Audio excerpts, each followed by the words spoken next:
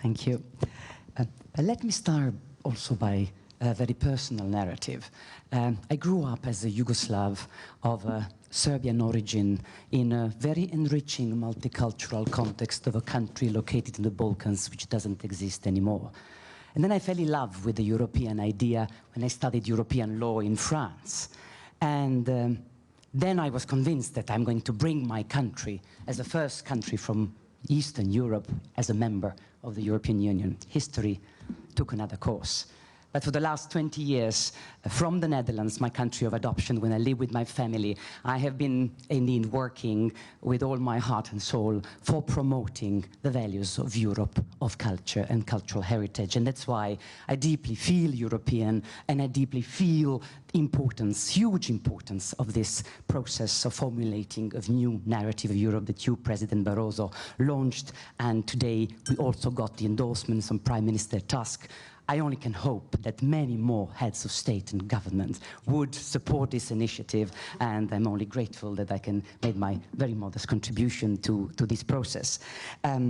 Europeans today indeed need to understand why we have in the past decided to start the process of European integration, why we are today still together, and why in the future we need to remain as well together.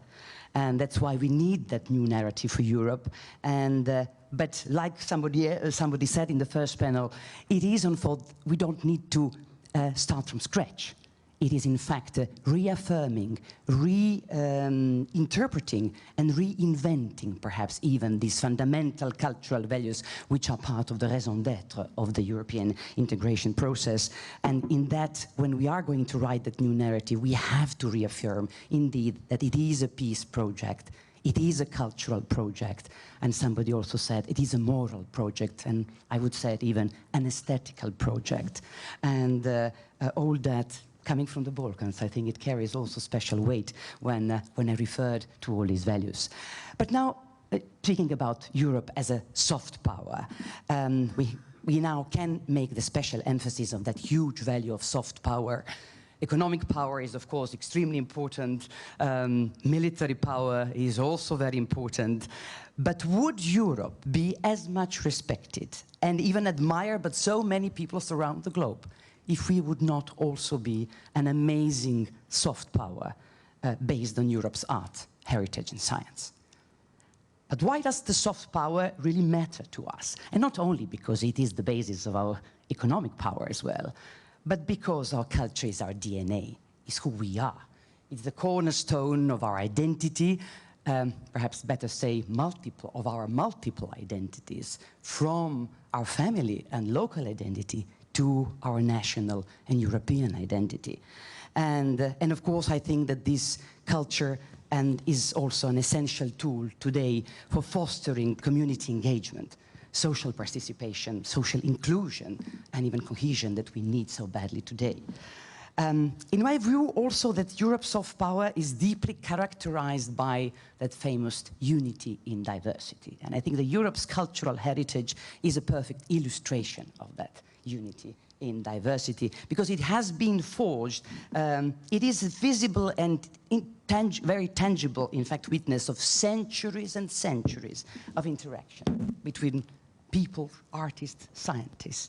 And that's why this heritage, though it is diverse, it is very much rooted in our local tradition, it also has an essential European dimension. And it has been forged not only across time and generations, but across borders, across territories, across communities. And it tells us not only our local and national story, it tells us the story of us as Europeans. And I would like just to quote something that a distinguished European and German diplomat, Otto von der Gablen, said once to me. He said, Sneška, we have an important mission to free European culture for having been taken hostage by the nation state. It was a rather bold statement by a German diplomat, but indeed he always said the European culture predates national culture and not the other way around. And that's why the new narrative, in fact the narrative on our shared European heritage, I believe, needs to be duly incorporated in any new narrative for Europe. And to end, I want to just make a last quote, a quote of one of your predecessors as president of the European Commission, Monsieur Jacques Delors, the Frenchman, who seems to have said, "On ne tombe pas amoureux du marché intérieur." And indeed, we cannot fall in love with the internal market. I think Mr. Delors was indeed very right. And so we need to create that emotional link between the citizens of Europe and our Europe. And if we all agree that internal market and even a common currency is not really the best space to develop that love story between our citizens and our Europe, I hope you will all agree with me that everybody can fall in love with the beauty and harmony of our countrysides, coastlines, works of art, music, opera, historic cities and villages that are really something which makes Europe, Europe.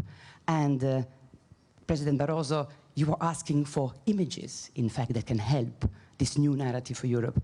Endless images we have of our historic monuments and sites and landscapes around Europe, and we need all together. We have a responsibility all together to protect them as local citizens, but also as Europeans. It matters to us, and it has to matter to Europe as well. Thank you. Great, great, thank you. Thanks a lot. Thanks a lot for your positively emotional words, and we pass the mic to our next colleagues. We have a colleague from Spain, Pere Portabella, who was a senator in the first democratic election after Franco's death, later participating in writing of the present-day Spanish constitution. As a filmmaker, he produced some of the most emblematic films of Spanish cinema, collaborating with such giants of film industry as Carlos Saura, Marco Ferreri, or Luis Buñuel. The small problem we have is that Mr. Portabella will speak in Spanish, so that all of us who have not yet mastered the language are advised to put headphones to listen to the translation. Pere.